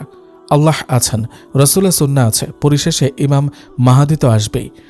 তার আগমনের আগ পর্যন্ত না হয় আমরা এমন একটা প্রজন্ম গঠনের চেষ্টায় নিয়োজিত থাকি যেখানে আমাদের প্রতিটা মুসলিম ভাই বোনেরা দ্বিমুখী শিক্ষার মেরুকরণ থেকে বেরিয়ে ইসলামী শিক্ষাকে বুকে ধারণ করে কুরআন এবং হাদিসকে হাতে নিয়ে এই বিশ্বকে চ্যালেঞ্জ করতে পারবে ইনশাল্লাহ। আমার ইচ্ছা আছে পড়াশোনা কমপ্লিট করে আমাদের এই শহরের একটা দ্বিমুখী শিক্ষা প্রতিষ্ঠান স্থাপন করার, যেখানে ছেলে এবং মেয়েদের জন্য আলাদা আলাদা শিক্ষা প্রতিষ্ঠান থাকবে। তারা সম্পূর্ণ পর্দার বিধান মেনে সেখানে দিনী শিক্ষার পাশাপাশি জেনারেলও এগিয়ে যাবে ইনশাল্লাহ। এই কথাগুলো বলার সময় উমায়ের যেন নিজের স্বপ্নের জগতে হারিয়ে গিয়েছিল। সে যে একদমে কথাগুলো বলে গেছে এই ব্যাপারে তার কোনো খেয়ালই নেই। সাথে সাথে তার এটাও খেয়াল নেই যে তার বাবার ওপর এই কথাগুলো তেমন কোনো প্রভাব ফেলবে কিনা। তবে সে নিজের কথাগুলো শেষ করে জায়েদ সাহেবের দিকে তাকিয়ে বলল, আব্বা দোয়া করবেন আল্লাহ যেন আমার এই ইচ্ছাকে সহজভাবে সফল করেন, আমিন। জায়েদ সাহেব নিজের ছেলের কথায় আর কিছু বুঝুক আর না বুঝুক, তিনি অন্তত এটা বুঝতে পেরেছেন যে তার ছেলের চিন্তা চেতনা আর স্বপ্ন আমাদের ন্যায় স্বাভাবিক আর দুনিয়ামুখী নয়। সে যে আখিরাতের বাজার যাত্রী। উমায়ের কথায় জায়েদ সাহেবের আয়েশার উমায়েরকে নিয়ে দেখা ছোটবেলার সেই স্বপ্নগুলোর কথা মনে পড়ে গেল। তখন আয়েশা প্রায় বলতো, আমার ছেলে ইসলামের বীর সেনা হবে, সে একদিন ইসলামের বীর নেতা সুলতান সালাউদ্দিন আইয়ুবের আদর্শে বড় হবে, ইসলামের পথে সিংহের ন্যায় সাহসী বুক নিয়ে ঝাঁপিয়ে পড়বে ইনশাআল্লাহ। জায়েদ মনে মনে ভাবছে, ছেলের জন্য করে যাওয়া মায়ের দোয়াগুলোই মনে হয় কবুল হয়েছে, নয়তো এত ইসলামিক চেতনা সে পেল কোথা থেকে। ঘোর ভেঙে জায়েদ সাহেব ছেলের কাঁধে হাত রেখে বলল, শোন, তুই তোর স্বপ্ন পূরণের লক্ষ্যে এগিয়ে যা বাবা, তোর এই লক্ষ্যে পৌঁছানোর পথে আমি আমার জানমাল নিয়ে তোর পাশে আছি বাবা। উমায়ের বাবার কথার ভাঁজ বুঝে মুখে একটা মুচকে হাসি রেখে টেনে বলল, ইনশাআল্লাহ। শুনে খুশি হলাম, তবে একটা কথা আব্বা, আমি চাই না আপনি আমার রাসূলুল্লাহ সাল্লাল্লাহু আলাইহি সাল্লামের প্রিয় চাচা আবু তালিবের ন্যায় হন, যিনি রাসূল সাল্লাল্লাহু আলাইহি সাল্লামকে তার জীবন দশায় প্রতি মুহূর্তে সাহায্য করেছেন, তবে শেষে নিজে ঈমান ছাড়া মৃত্যুবরণ করেছেন। জায়েদ অবাক হয়ে প্রশ্ন করল, কেন উমায়ের, আমি ওনার মতো হব কেন? আমি তো ঈমান এনেছি, আমি তো মুসলমান। উমায়ের উল্টো প্রশ্ন ছুড়ে দিয়ে বলল, বাবা আপনি যে মুসলমান তার প্রমাণ কি বলেন তো? জায়েদ শান্ত স্বরে জবাব দিল, প্রমাণ লাগবে কেন? আমার বাপদাদা 14 গোষ্ঠী ছিল মুসলমান, আমিও মুসলমান ঘরে জন্ম নিয়েছি, তো আমি তো মুসলমানই। উমায়ের আবার একটা মুচকে হাসি দিয়ে বলল, বাবা শুধুমাত্র বাপদাদার পরিচয় একটা মানুষ মুসলমান হয় না, কেবল মুসলিম পরিবারে জন্ম নিলেই একটা মানুষ মুসলিম হয় না। হ্যাঁ, আমরা প্রতিটা মানুষই জন্ম নেই মুসলিম হয়েই। আমরা প্রতিটা মানুষই রুহের জগতে এটা সাক্ষ্য দিয়ে দুনিয়াতে এসেছি যে আল্লাহ এক, তার কোনো শরিক নেই, এবং হজরত মুহাম্মদ সাল্লাল্লাহু আলাইহি ওয়াসাল্লাম আল্লাহর প্রিয় বান্দা ও রাসূল। তো সেই সুবাদে একজন হিন্দু পরিবারে জন্ম নেওয়া ছোট শিশুটিও ততদিন পর্যন্ত মুসলিমই থাকে যতদিন পর্যন্ত সে অবুঝ থাকে। তো যখন থেকে সে বুঝতে শুরু করে এবং সজ্ঞানে নিজ পারিবারিক প্রথা অনুসরণ করে আল্লাহর সাথে শরিক করা শুরু করে, তখন থেকে সে বেদিন হয়, তখন থেকে তার ধর্ম পরিবর্তন হয়। তো বাবা একজন হিন্দু বা বিধর্মিত নিজের পারিবারিক প্রথা অনুসরণ করে অন্য কাউকে নিজের সৃষ্টিকর্তা মনে করে তার ইবাদত করার কারণে নিজের ঈমান হারিয়েছে। তো একজন মুসলমান যখন জেনে শুনে নিজের সৃষ্টিকর্তার অবাধ্য হয়ে তার ইবাদত করায় ছেড়ে দেয়, তখন আপনি কি বলেন, তার কি ঈমান ঠিক থাকে? যে জায়গায় একজন বিধর্মী আর মুসলিমের মাঝে পার্থক্যই হচ্ছে ইবাদত, সেই জায়গায় কোনো ইবাদত না করেই একজন মানুষ কিভাবে দাবি করতে পারে যে সে মুসলমান? আচ্ছা আপনি বলেন আব্বা, আপনি একজন হিন্দুকে কিভাবে চিনবেন? জায়েদ সব জানতা ভাব নিয়ে বলল, তারা পূজা করে, মুসলিমদের মতো মসজিদে যায় না। তো বাবা আপনি কি নামাজ পড়েন, প্রতিদিন মসজিদে যান? জায়েদ থতমত খেয়ে বলল, না তা যাওয়া হয় না। তো আপনাকে কেউ কিভাবে চিনবে মুসলমান হিসেবে? আপনি কত সহজে বলে দিলেন যে একজন হিন্দুকে আপনি চিনতে পারেন তার পূজা করা দেখে। তো আপনি নিজেকেই প্রশ্ন করেন তো, আপনি মুসলমান হয়ে কি কাজ করেন যার কারণে আপনাকে কেউ মুসলমান হিসেবে চিনবে? বরং এটা বোঝা আরও কঠিন হয়ে যাবে যে আপনার ধর্ম কি। আল্লাহ আমাদের হৃদায়ত দান করুন, আমিন। ছেলের মুখে এমন কথা শুনে জায়েদ সাহেবের বুকে নাড়া দিয়ে উঠল। তিনি ছেলের কথাগুলো অনুভব করতে পারছেন কিছুটা, তাই তিনি লজ্জায় মাথাটা নিচু করে ফেলেন। উমায়ের এবার বাবার দুটো হাত ধরে বলল, বাবা একজন মানুষ যখন ইচ্ছাকৃতভাবে এক ওয়াক্ত নামাজ ছেড়ে দেয় তখন সে আল্লাহর সাথে কুফরি করে, আর কুফরি হলো সবচেয়ে বড় গুনাহ। যখন একজন মানুষ একটানা 3 জুমার নামাজ ছেড়ে দেয় তখন মুসলমানের লিস্ট থেকে তার নাম কাটা পড়ে। তো আব্বা, আমরা যারা অনবরত রবের এত নিয়ামত না চাইতেও পাওয়ার পরেও, ভোগ করার পরেও রবেরই অবাধ্য হই, তখন রবের কি উচিত নয় আমাদের ধ্বংস করে দেওয়া? জায়েদ সাহেব এবার মাথা নাড়িয়ে অপরাধীর ন্যায় জবাব দিলেন, একরাশ অনুশোচনা নিয়ে ছেলেকে আস্তে আস্তে জিজ্ঞেস করলেন, আমি যে জীবনে এত এত গুনাহ করেছি, জীবনের এতদিন একবারও আল্লাহর কথা স্মরণ করিনি, তাহলে আল্লাহ কি আমাকে মাফ করবেন, আমার ইবাদত কবুল করবেন? উমায়ের উত্তেজিত হয়ে বলল, বাবা কি বলেন, ক্ষমা করবেন না? মানে ক্ষমা তো করবেনই, সাথে খুশি হয়ে তিনি চাইলে বান্দার সব গুনাহকে নেকিতে পরিবর্তন করে দিবেন ইনশাআল্লাহ। বাবা আপনি শুনেননি নিজামুদ্দিন আউলিয়ার কথা, যিনি 100টা খুন করার পরেও তওবা করায় আল্লাহ তার সমস্ত গুনাহগুলোকে মাফ করে দিয়েছেন। বাবা আমরা এমন এক রবের গোলাম যিনি অসীম দয়ার সাগর, রহমানুর রহিম, যিনি ইবাদতকারীদের মধ্যে অধিক তওবাকারীকে বেশি পছন্দ করেন, যিনি প্রতিনিয়ত বান্দাদের দোয়া কবুল করে থাকেন এবং যারা ওনার কাছে যত বেশি চায় তাদের তিনি তত বেশি পছন্দ করেন। জায়েদ আগ্রহী গলায় বলল, বাবা আজ থেকে তুই আমাকে তোর সাথে মসজিদে নিয়ে যাস, আমি নামাজ পড়ব। মাশাল্লাহ মাশাল্লাহ, কি বলো আব্বা, তুমি নামাজ পড়বে? এ তো খুবই ভালো কথা। চা হাতে ঘরে প্রবেশ করতে করতে বলল আফরা। জায়েদ মেয়ের হাত থেকে চায়ের কাপ হাতে নিয়ে বলল, হ্যাঁ মা, যে জায়গায় আল্লাহর দয়া অসীম সে জায়গায় আমি কেন আমার গুনাহের পাহাড় নিয়ে বসে থাকব? আল্লাহ তো চাইলে আমার মতো গুনাহগারকেও তার রাস্তায় কবুল করতেই পারে। আফরা খুশি হয়ে জবাব দিল, হ্যাঁ আব্বা, আল্লাহ চাইলে সবই পারে। এসব নিয়ে তিনজনের মাঝে আরো কথাবার্তা চলল খানিকক্ষণ। তারপর মাগরিবের আজান হলে উমায়ের বাবাকে নিয়ে মসজিদের উদ্দেশ্যে রওনা হলেন। আজ অনেক দিন পর মসজিদে যাচ্ছে জায়েদ সাহেব, তাও আবার ওয়াক্তের নামাজ পড়তে। ব্যাপারটা ভাবতে তার নিজেরই কেমন জানি অবাক লাগছে। এমনিতে মাঝে মাঝে শুধু জুম্মার নামাজে মসজিদের সাথে দেখা হয় তার। মসজিদে উমায়ের সাথে জায়েদ সাহেবকে দেখে ইমাম আব্দুল কুদ্দুস সাহেবও বেশ খুশি হলেন। তিনি এগিয়ে এসে জায়েদ সাহেবের সাথে মোয়ানাকা কোলাকুলি করে উমায়ের দিকে দৃষ্টিপাত করে বললেন, এই সান্নিধ্যেরই প্রয়োজন ছিল এতদিন। উমায়ের ইমাম সাহেবের কথার ইঙ্গিতে বুঝতে পারলেন পরিবর্তনের শুভ্র হওয়া কিছুটা হলেও জায়েদ সাহেবের গায়ে লাগলো যেন। তবে রহিমা বেগমের চিন্তা যেন দিন দিন বাড়তে লাগলো, কেননা তিনি আগের মতো আর সবকিছু তার দুই সন্তান জিসান আর হৃদিকে দিতে পারে না। এখন তার সবকিছুর মধ্যে ভাগ বসে, আর এই ভাগ বসায় আফরা উমায়ের। যাই করো, আগে তাদের দুজনের জন্য রাখো, নয়তো আবার জায়েদ সাহেবের কানে যাবে। রাহিমা ভেবেছিল এই দুই ছেলে মেয়ে তাদের সেই পালক বাবা মায়ের কাছেই পড়ে থাকবে। এই সুযোগকে কাজে লাগিয়ে সে যে কোনো না কোনো এক সময় বুঝে শুনে জায়েদ সাহেবের সমস্ত সম্পত্তি আর আয়েশার রেখে যাওয়া সোনার গহনা, যা জায়েদ তার মেয়ে আফরার বিয়ের জন্য রেখে দিয়েছে, সেগুলো নিজের সন্তানদের জন্য হাতিয়ে নেবেন। তবে এর মাঝে এসে গেল দুই উটকো ঝামেলা। মাঝে মাঝে তো রহিমার রাগে অন্তরটা গড়গড় করে আফরাকে দেখলে। উমায়েরটা তো তবুও সবসময় বাসা থাকে না, তবে এই মেয়েটা সবসময় আমার পেছনে পড়েই থাকে, খালি ছোট আম্মা ছোট আম্মা। আফরার মুখ থেকে ছোট আম্মা ডাকটা শুনলেই রহিমার মেজাজ খারাপ হয়ে যায়। ওই তো রিদির সবকিছুর বাধা। আগে কোনো কিছু কিনলে শুধু রিদির জন্য কিনলেই হতো, আর এখন তো যে কোনো জিনিস ওর জন্য কেনা লাগে, নয়তো আবার তা জায়েদ সাহেব এ নিয়ে দু চারটা কথা শোনাতে ছাড়বেন না। এমনিতে মেয়েটাকে কিছু বলতেও পারে না রহিমা জায়েদ আর উমায়ের জন্য। মনে মনে শুধু ভাবে, তোর ব্যবস্থা তো আমি করব, আর কিছুদিন যাক, পরে তো উমায়েরও চলে যাবে দেশের বাইরে, আর জায়েদ তো একদিন বাড়িতে থাকলে এক সপ্তাহ থাকে বাইরে ব্যবসার কাজে। ওই দিনের পর থেকে প্রায় প্রতিদিন প্রতি ওয়াক্তে জায়েদ সাহেব উমায়ের সাথে মসজিদে গিয়ে নামাজ পড়েন। কয়েক মাস পর উমায়ের পড়াশোনার উদ্দেশ্যে শহরে চলে গেলে জায়েদ সাহেব নিজেই গুরুত্ব সহকারে মসজিদে গিয়ে 5 ওয়াক্ত নামাজ পড়ার চেষ্টা করেন। প্রতিদিন নিয়মিত নামাজে যাওয়া ওনার আবার মসজিদে বেশ কিছু বন্ধুও তৈরি হয়েছে, যাদের সাথে তিনি মাঝে মাঝে 2-3 দিনের জামায়াতেও যান। এই কয়েক মাসে জায়েদ সাহেবের জীবনে অনেক পরিবর্তন এসেছে। তিনি নিজের পূর্ব জীবনে দিনহীনতার বিষয়টা এখন গভীরভাবে অনুভব করতে পারছেন। তাই তিনি নিজের ব্যবসা বাণিজ্যের কাজ সামলিয়ে যতটুকু সময় পান মসজিদে জামাতে কাটানোর চেষ্টা করেন। আবার স্ত্রী রহিমা বেগমকেও নামাজ পড়ার জন্য জোর দেন। তবে তিনি এই বিষয়গুলো তেমন আমলে নেন না, পূর্ব বলে এড়িয়ে যান। জায়েদ সাহেব রহিমার এমন ব্যবহারে এখন আয়েশার গুরুত্ব বুঝতে পারেন। যে জায়গায় আয়েশা তাকে নামাজের জন্য দিনরাত তাগিদ দিত, তবে তিনি গুরুত্ব দিতেন না, সে জায়গায় আজ তিনি রাহিমাকে তাগিদ দেন। সময় কতটা পরিবর্তনশীল, বাস্তবতা আবার নিজের জীবনে সেই পুরনো অনুভূতিগুলো নিয়ে ফিরে এসেছে তার জীবনে, তার সন্তানদের জন্য। আজকাল জায়েদ সাহেব চায় হৃদি জিসানও যেন আফরা উমায়েরকে দেখে দেখে কিছু শেখে, তাদের জীবনে যেন একটু পরিবর্তন আসে। তবে ইদানিং হৃদি জিসানের চলাফেরাও কেমন যেন উগ্র লাগে তার কাছে। ছেলেমেয়ে দুটো যত বড় হচ্ছে ততই যেন তাদের চলাফেরা কেমন বেমানান হয়ে উঠছে। তবে এই ব্যাপারে তিনি লক্ষ্য করলেও রহিমার তেমন কান মুখ নড়ে না। হয়তো সে এগুলোকে নিজের ছেলে মেয়ের ভালো থাকা বলে মনে করেন। জিসানটা তো 10 বছরের ছেলে হয়েই সারাদিন মায়ের ফোন নিয়ে কি যে গেম খেলে আর বেফাস কথাবার্তা বলে তা সেই জানে। আর হৃদিটার চালচলনও কেমন যেন ইদানিং সন্দেহজনক। কে জানে কোনো ছেলের পাল্লায় পড়েছে কিনা।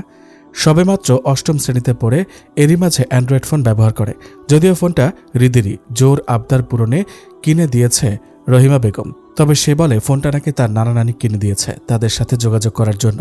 সারাদিন এই ফোনে যেন কার সাথে কথা বলে জিজ্ঞেস করলে বলে তার নানা নানি বান্ধবীদের সাথে নাকি কথা বলে। ইদানিং আরেকটা বিষয়ও জায়েদ সাহেবের চোখ এড়াচ্ছে না যে রিদি প্রতিদিন দুপুরের পর ঘর থেকে কোচিংয়ের কথা বলে বের হয়ে যায় আর বাসায় ফিরে সন্ধ্যার অনেক পরে। এই ব্যাপারে সে রহিমাকে কিছু বলবে বলবে করেও বলতে পারে না, ঘরে অশান্তি হবে বলে। তবে একদিন ধৈর্যের চরম সীমা অতিক্রম হয়ে যায় জায়েদ সাহেবের। তিনি বাজারের এক চায়ের দোকানে চা খেতে বসেছিল। ঠিক তখন তার পরিচিত এক দুঃসম্পর্কীয় ভাই এসে তাকে বলল, শোনো জায়েদ, পরোপকারিতা ভালো, তবে তা নিজের ক্ষতি করে নয়। ওই যে তুমি তোমার সৎ ছেলে মেয়েকে এনে ঘরে তুলেছ, ওদের কর্মকাণ্ডের প্রতি কি কোনো খেয়াল আছে তোমার? জায়েদ সাহেব কি হয়েছে জানতে চাইলে লোকটি জানান, কোচিংয়ের নাম করে পাশের মহল্লার কয়েকটা বখাটে ছেলের বাজারের পেছনের দিকটাতে একটা ছোট ঘর ভাড়া নিয়েছে। সেখানে নাকি গ্রামের লোকেরা বেশ কয়েকদিন কিছু অপকর্মের ইঙ্গিত পেয়েছে। তবে একদিন হাতে নাতে ধরবে বলে লুকিয়ে লুকিয়ে হাজির হলে সেখানে গিয়ে নাকি কয়েকটা মেয়েকে কয়েকটা ছেলের সাথে কোচিংয়ের কয়েকটা রুমে হাতে নাতে ধরে তাদের মাঝে সেখানে রিদি ছিল। সেদিন থেকে নাকি গ্রামের লোকেরা এই কোচিং সেন্টার বন্ধ করে দিয়েছে। তাই এখন আর এদিকে তেমন উৎপাত নেই। তবে বিষয়টা তোমাকে জানালাম, তুমি একটু নজরে রেখো। বুঝোই তো, আছে তোমার ঘরে কোনো অঘটন ঘটলে কিন্তু লোকে তোমাকেই ছিছি তাচ্ছিল্য করবে। সেদিন এই কথা শুনে এসে জায়েদ সাহেব রাগে ক্ষোভে গিয়ে রহিমাকে শক্তভাবে ধরলে সে মেয়েকে ডেকে জিজ্ঞেস করলে সে জানায় তার নামে নাকি এসব অপবাদ ছড়ানো হয়েছে। তার কিছু বান্ধবীরা তার সাথে শত্রুতা করে এমন জায়গায় তাকে নিয়ে ফাঁসিয়ে দিয়েছে। সে নাকি এসব কিছুর সম্পর্কে কিছু জানত না। রহিমাও মেয়ের কথায় সেদিন সায় দেন। তবে জায়েদ সাহেব সেদিন রিদির এসব কথা বিশ্বাস করেন না। তিনি পরিষ্কারভাবে রহিমাকে জানিয়ে দেন যে এসব কর্মকাণ্ড আমার বাড়িতে থেকে চলবে না। আমার ছেলে মেয়ে ফুলের মতো পবিত্র।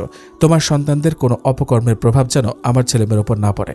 শুনে রাখো, এরপরে কখনো তোমার ছেলেমেয়ের ব্যাপারে কোনো খারাপ কথা শুনলে আমি কিন্তু তাদেরকে তাদের নানার কাছে পাঠিয়ে দেব। এরপর জায়েদ সাহেব নিজের মাথাটা কিছুটা ঠান্ডা করে রহিমাকে বুঝিয়ে বলেন, দেখো, মেয়েকে নজরে রেখো। বর্তমান যুগ কিন্তু ভালো না। এখন ছেলেমেয়েরা স্কুলে কলেজের নাম করে নানা অপকর্মে লিপ্ত হয়। সেদিন জায়েদ সাহেবের মুখ থেকে এমন সতর্ক বার্তা শুনে রহিমা বেগম রেগে মেগে আগুন হয়ে যান।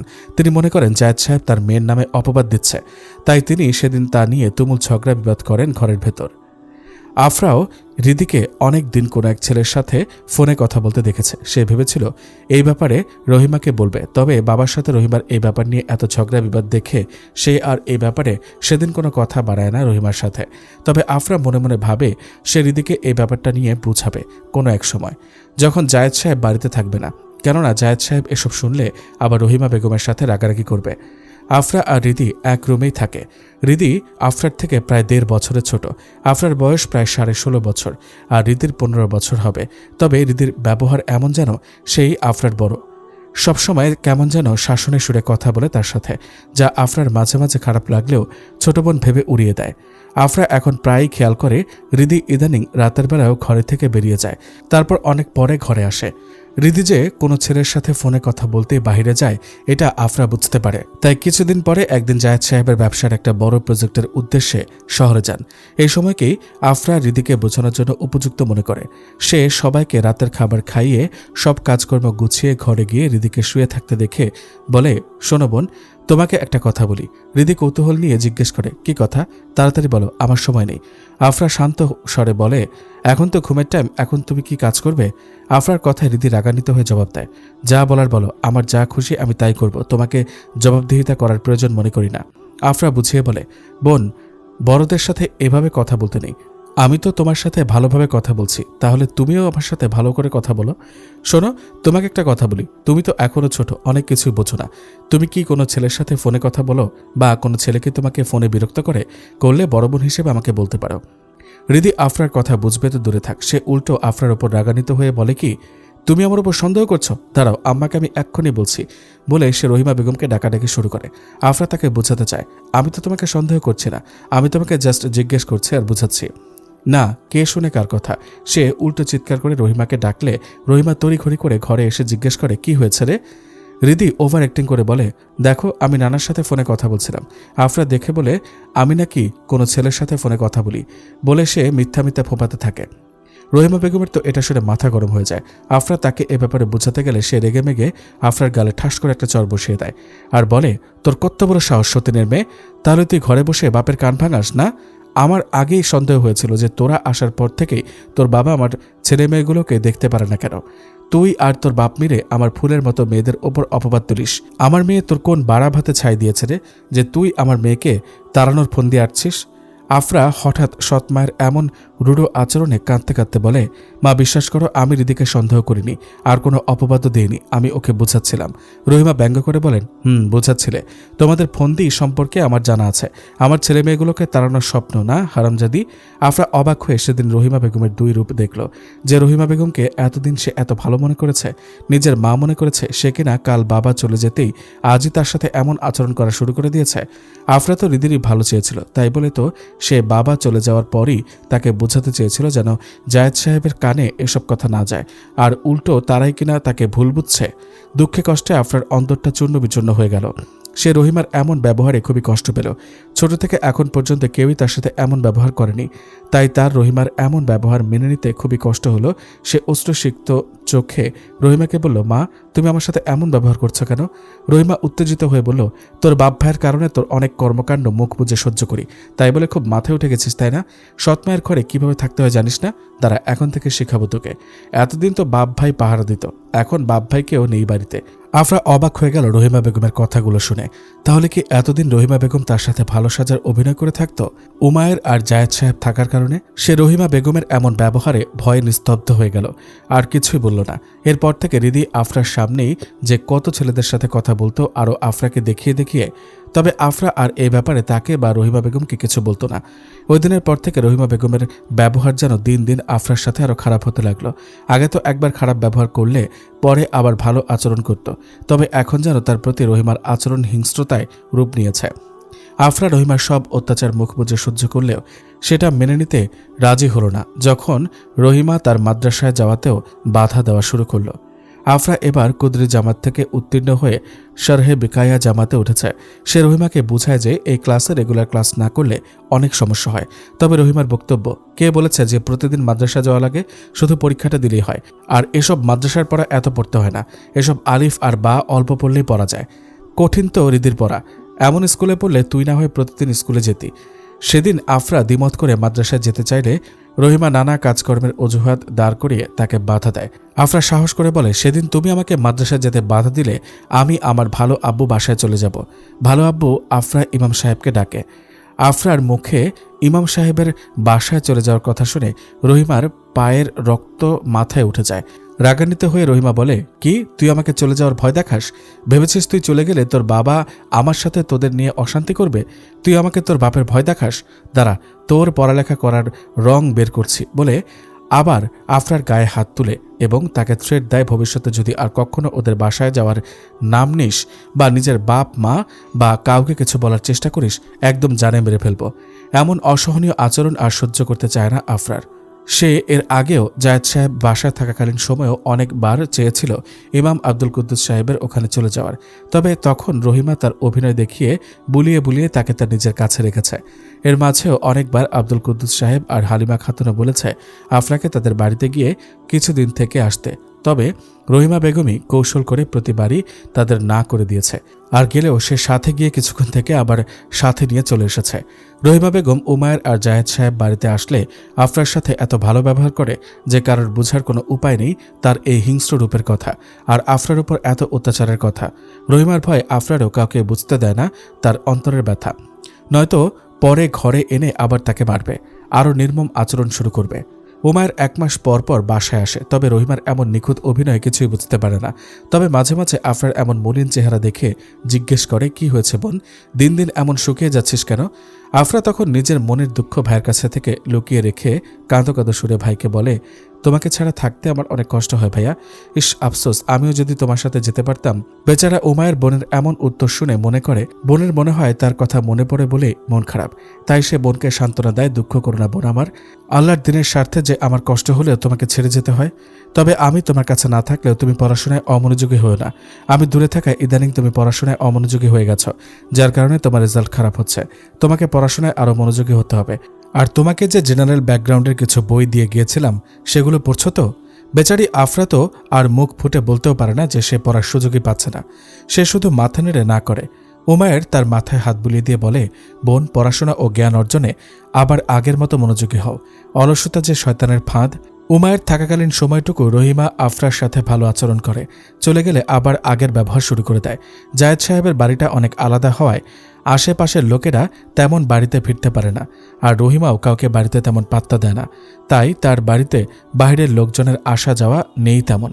তবে মাঝে মাঝে রহিমার চিল্লাচিল্লিতে আফরার দূর সম্পর্কীয় চাচি জেঠিরা কিছুটা আন্দাজ করতে পারলেও রহিমার দুর্ব্যবহারের ভয়ে কেউ কিছু বলে না।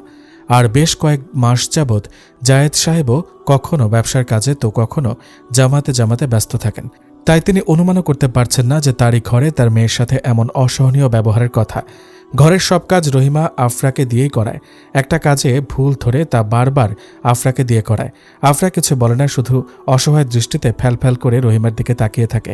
অবশ্য রহিমা তাকে বোঝায় এসব কাজ আফরার শেখা উচিত, সে এখন বড় হয়েছে, কিছুদিন পরে বিয়ে দিলে পরের ঘরে যেতে হবে, তো সব কাজ জানা থাকতে হবে, তাই নাকি তিনি এসব কাজ শেখান তাকে। আফরা তার প্রতি রহিমা বেগমের এমন অসহনীয় ব্যবহার বুঝতে পারে, তবে সংসারে বাবা মায়ের মাঝে অশান্তি আর রহিমার অত্যাচারের মাত্রা দ্বিগুণ হওয়ার ভয়ে কাউকে কিছু বলার সাহস করে না। ইতিমধ্যে আবার কিছুদিন আগে জায়েদ সাহেবের খুব বুকে ব্যথা উঠে, তারপর হাসপাতালে গিয়ে ডাক্তার দেখালে বিভিন্ন চেক আপ করার পরে ধরা পড়ে ওনার নাকি হার্টের প্রবলেম। ডাক্তার বলেছে ওনার মনে প্রভাব ফেলে এমন কোনো কাজ যেন ওনার সামনে না করা হয়। তাই এখন আফরার এসব অত্যাচার সহ্য না হলেও সে আর জায়েদ সাহেবকে বলার সাহস করে না। সে চায় না তার কারণে রহিমা বেগমের সাথে কোনো অশান্তি লেগে জায়েদ সাহেবের কোনো ক্ষতি হোক। তবে উমায়ের মাঝে মাঝে ফোন করে কেমন আছো জিজ্ঞেস করলে তার যেন বুক ফেটে কান্না আসতে চায়। তবে রহিমা আর রিদি এখন সবসময় উমায়ের আর জায়েদ সাহেবের সামনে আফরাকে চোখে চোখে রাখেন, যেন আফরা কাউকে কিছু বলতে না পারে। দেখতে দেখতে 1 বছর কেটে যায়। উমায়েরও একটা ভালো রেজাল্ট নিয়ে মাওলানা শেষ করে বিদেশে যাওয়ার প্রস্তুতি নেয়। জায়েদ সাহেব দায়িত্ব সহকারে ছেলের বিদেশে যাওয়ার সমস্ত ব্যবস্থা করেন, আর কিছুদিন পরেই উমায়ের বিদেশে যাওয়ার ফ্লাইট। এই কয়েকটা দিন উমায়ের বাসায় থেকে নিজের পরিবারকে, নিজের বোনকে সময় দিচ্ছে। উমায়ের ফ্লাইটের একটা দিন এগোচ্ছে আর আফরার যেন কলিজাটা খণ্ড দ্বিখণ্ডিত হয়ে যাচ্ছে। মাঝে মাঝে তার অন্তরটা চিৎকার করে ভাইকে বলতে চাচ্ছে যে তুমি যেও না ভাইয়া, আমাকে এই অসহনীয় যন্ত্রণায় ফেলে তুমি যেও না। তবে সে বলতে পারছে না, কারণ তার এই একটা কথাই যে তার ভাইয়ের বিদেশে যাওয়ার স্বপ্ন চূর্ণ বিচূর্ণ হয়ে যাবে। দেখতে দেখতে উমায়ের যাওয়ার দিন চলেই আসলো। আজ সকাল 12টায় উমায়ের ফ্লাইট, তাই জায়েদ সাহেব সহ পরিবারের ময়মনসিংহ থেকে ঢাকা বিমানবন্দর পর্যন্ত উমায়ের সাথে যাওয়ার জন্য বড় দেখে একটা হায়েস ভাড়া করা হয়েছে। ইমাম কুদ্দুস সাহেব ও হালিমা খাতুনও তাদের সাথে উমায়েরকে বিদায় জানাতে এয়ারপোর্টে আসেন। অবশেষে বাংলাদেশ বিমানবন্দর ঢাকা যাওয়ার উদ্দেশ্যে তারা সকাল 6টায় রওনা দেয় ময়মনসিংহ থেকে। গাড়িতে উমায়ের আফরার পাশে বসে। আফরার সে সকাল থেকে অনবরত কান্না করছে। আফরার কান্না দেখে যেন ক্ষণে ক্ষণে উমায়ের বিদেশে যাওয়ার ইচ্ছাটা চলে যাচ্ছে। ইচ্ছা করছে বোনের কাছেই থেকে যেতে, তবে যে তার কিছুই করার নেই। সবাই আফরাকে সান্ত্বনা দিচ্ছে, হালিমা খাতুনও বোঝাচ্ছে, তবে তারা সবাই আফরার মনের অবস্থা কিছুটা হলেও অনুভব করতে পারছে। ছোট থেকে যে মেয়েটা ভাই বলতে অজ্ঞান, সে ভাই আজ তাকে ছেড়ে চলে যাচ্ছে। আফরার দুঃখে যেন সবারই চোখ ভিজে উঠছে। তবে রহিমার কঠিন হৃদয় যেন শক্তই রয়ে গেল। সে এসব দেখে মনে মনে বলছে, এত আহ্লাদ দেখানোর কি আছে মেয়েটার। তবুও মুখে মুখে সেও আফরাকে সান্ত্বনা দেওয়ার অভিনয় করল। জায়েদ সাহেবেরও কষ্ট হচ্ছে, তবে তার খুশিও লাগছে। তার ছেলে আজ নিজের স্বপ্ন পূরণের আশায় বিদেশে পাড়ি জমাচ্ছে। দেখতে দেখতে 10টার ভেতরে তারা এয়ারপোর্টে পৌঁছে গেল। সেখানে গিয়েও আফরা উমায়েরকে জড়িয়ে ধরে কাঁদছে। তার কান্না যেন শেষই হচ্ছে না। আফরার সাথে সাথে এবার উমায়েরও কেঁদে দিল। সেও কাঁদতে কাঁদতে আফরার কপালে একটা চুমু খেয়ে বলল, আমার প্রিয় কলেজের টুকরা বোন, আমি বিদেশে যাচ্ছি, তাই বলে তোমার থেকে পৃথক হয়ে যাচ্ছি না। সবসময় আমার অন্তর তোমার স্মরণে থাকবে বোন। কখনো কোনো বিপদে পড়লে সবার আগে নির্দ্বিধায় তুমি আমাকে জানাবে। আমি যেভাবেই হোক তোমার কাছে চলে আসবো ইনশাল্লাহ। তাছাড়া আল্লাহ তো আছেনই বোন আমার। আমি তোমাকে পরম রবের হেফাজতে রেখে যাচ্ছি, তিনি তোমাকে হেফাজত করবেন ইনশাল্লাহ। তারপর উমায়ের নিজের চোখের পানি মুছে মুখে একটি শুভ্র হাসি রেখা ফুটিয়ে বোনের মুখটি উপরে উঁচু করে তুলে ধরে বললেন, ইসমাহান নূর, ভাইয়াকে হাসি মুখে বিদায় জানাবে না? ভাইয়ের মুখ থেকে ইসমাহান নূর ডাকটা শুনে যেন আফরার অন্তরটা আরও ব্যথিত হয়ে উঠল। এবার সে কাঁদতে কাঁদতে উমায়েরকে জড়িয়ে ধরে বলল, ভাইয়া তুমি চলে গেলে আর কে আমাকে ইসমাহান নূর বলে ডাকবে? কে বলবে ইসমাহান নূর, তুমি আমার পবিত্র রাজকুমারী? উমায়ের অন্তর ব্যথিত হলেও সে হেসে বলল, কেন পাগলি, তোমার সাথে তো আমার ফোনে কথা হবে। আমি সুযোগ পেলে বাবার ফোনে কল করে তোমার সাথে কথা বলবো ইনশাল্লাহ। আর রইল ওই নামে ডাকার কথা। ইনশাআল্লাহ আমি বিদেশ থেকে এসে সবার আগে আমার বোনের জন্য পবিত্র রাজকুমারী বলে ডাকার একটা দিনদার রাজপুত্রের ব্যবস্থা করব। ততদিন তুমি নিজেকে হেফাজতে রেখো বোন। আমার তোমার প্রতি পূর্ণ বিশ্বাস আছে। তারপর উমায়ের সবার কাছ থেকে দোয়া চেয়ে নিল। ইমাম কুদ্দুস সাহেবের সাথে এবং তার বাবার সাথে মুয়ানাকা করে নিল। হালিমা খাতুন ও রহিমা বেগমের কাছেও দোয়া চাইল। হালিমা খাতুন উমায়েরকে বিদায় দেওয়ার সময় কেঁদে দিয়ে বললেন, যাও বাবা, সফলভাবে নিজের স্বপ্ন পূরণের লক্ষ্যে এগিয়ে যাও। আশা করি সুষ্ঠুভাবে পরিপূর্ণ মর্যাদার সাথে ফিরে আসবে ইনশাআল্লাহ। তারপর ফ্লাইটে ওঠার জন্য প্রস্তুতি নিল। আফরা আনমনে ভাইয়ের চাওয়ার পানে তাকিয়ে আছে। মুখ দিয়ে যেন কোনো কথা বের হচ্ছে না তার। হালিমা খাতুন পাশে দাঁড়িয়ে তাকে সান্ত্বনা দিচ্ছে। সে দূর থেকে দেখল উমায়ের ফ্লাইট ছেড়ে দিয়েছে। অন্তরটা তার শূন্যতায় ভরে গেল। তখনই কাঁদতে কাঁদতে আফরা অজ্ঞান হয়ে পড়ে গেল। হালিমা খাতুন চিৎকার দিয়ে বলে উঠলেন, কি হয়েছে আফরা? তারপর ইমাম সাহেবের উদ্দেশ্যে বললেন, এই দেখেন আফরার কি হয়েছে। চিৎকার শুনে জায়েদ সাহেব, আব্দুল কুদ্দুস সাহেবও দৌড়ে এলেন। এসে তড়িঘড়ি করে আফরার চোখে পানি ছিটিয়ে দিলেন। বেশ অনেকক্ষণ চোখে পানি ছিটানোর পরে আফরার জ্ঞান ফিরে। জ্ঞান ফিরতে আফরা বলতে লাগলো যে, যেও না, আমাকে এই নরক যন্ত্রণার মাঝে একা রেখে যেও না ভাইয়া। এই কথা শুনে পাশ থেকে রহিমা বেগম আফরার হাত চেপে শক্ত করে ধরে বলেন, কি হয়েছে তোমার মা? ভাইয়ার চলে যাওয়ার বেদনা বোধ হয় মেয়েটা সহ্য করতে পারছে না, তাই এমন করছে। আফরা আর কিছু বলার আগেই রহিমা বেগম সবাইকে বললেন, চলুন আফরাকে নিয়ে আগে বাড়িতে যাই, ওর একটু রেস্টের প্রয়োজন। পাশ থেকে হালিমা খাতুন বললেন, আপা, মেয়েটাকে আমার সাথে নিয়ে যায়, 2 দিন আমার সাথে থেকে আসবে। হালিমা খাতুনের এই কথা রহিমা খুব ব্যস্ত হয়ে বললেন, আরে না না না, এখন আমার মেয়ের মনের অবস্থা ভালো না, এই অবস্থায় আমি মা, আমাকে তার প্রয়োজন এখন না, কোনো এক সময় আপনার ওখানে গিয়ে থেকে আসবে। রহিমার কথাগুলো শুনে মুখটা একেবারে ছোট হয়ে যায় হালিমা খাতুনের। সে অসহায় দৃষ্টিতে আব্দুল কুদ্দুস সাহেবের দিকে তাকায়। আব্দুল কুদ্দুস সাহেবও মাথা নাড়িয়ে সান্ত্বনা দেয় হালিমাকে। তারপর সবাই গাড়িতে গিয়ে ওঠে। গাড়িতে রহিমা বেগম আগে গিয়ে আফরার সাথে বসে। হালিমা বেগমকে তেমন কোনো সুযোগ দেন না তিনি আফরার সাথে কথা বলার জন্য। সবাই বাড়িতে ফিরে আসে। উমায়েরও বিদেশে পৌঁছে জায়েদ সাহেবকে ফোন করে জানায়, আফরার সাথেও কথা বলে। আফরা উমায়ের সাথে খুশি খুশি ভাব নিয়ে কথা বলে, যেন উমায়ের টেনশন না করে। উমায়ের বোনকে সান্ত্বনা দেয় যেন সে আর না কাঁদে। এভাবেই উমায়ের বিদেশ যাওয়ার পর থেকে মাঝে মাঝে কল দিয়ে আফরার সাথে কথা বলে।